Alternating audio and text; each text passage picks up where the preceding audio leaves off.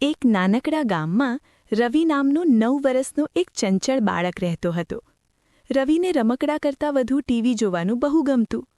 Cartoon, ફિલ્મો, cricket બધું જ તે ધ્યાનથી જોતો. તેની મા રોજ કહેતી, "રવિ, વધારે ટીવી નહીં જો, આંખો દુખશે." પણ રવિ હસીને વાત ટાળી દેતો. એક દિવસ રવિના ઘરે તેના મામા આવ્યા. તેઓ જૂનું પણ અજીબ દેખાતું ટીવી ભેટમાં લાવ્યા.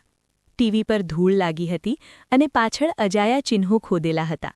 મામાએ કહ્યું, "આ ટીવી ખાસ છે. સાચી સમજથી વાપરશો તો ઘણું શીખવશે." રવિને ખૂબ ઉત્સુકતા થઈ. રાત્રે બધા સૂઈ ગયા પછી તે ટીવી ચાલુ કરે છે. અચાનક ટીવીમાંથી તેજ પ્રકાશ નીકળે છે અને એક મીઠો અવાજ સંભળાય છે.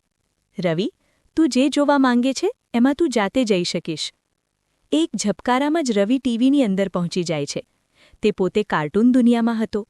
ઉડતા પંખીઓ, બોલતા પ્રાણીઓ અને રંગીન રસ્તાઓ. રવિ ખૂબ ખુશ થયો. પછી તે ક્રિકેટ મેદાનમાં પહોંચ્યો, જ્યાં તે પોતે ખેલાડી બની ગયો. દર્શકો તાળી વગાડી રહ્યા હતા.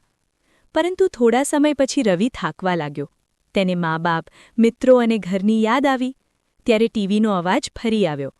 "મજા સારી, પણ સાચી ખુશી સંતુલનમાં છે." તુરંત જ રવિ ફરી પોતાના રૂમમાં હતો. ટીવી બંધ થઈ ગયું અને સામાન્ય બની ગયું. રવિ સમજી ગયો કે જીવનમાં બધું જરૂરી છે: રમવું, ભણવું અને થોડી મજા પણ. આ દિવસથી રવિ નિયમિત સમય પર જ ટીવી જોતો અને બહાર જઈને મિત્રો સાથે રમતો. તે જાદુઈ ટીવી હવે સામાન્ય હતું, પણ રવિ માટે તે એક મોટી શીખ આપી ગયું. શીખ: ટેકનોલોજી ઉપયોગી છે, પણ તેનો ઉપયોગ સમજદારીથી કરવો જોઈએ.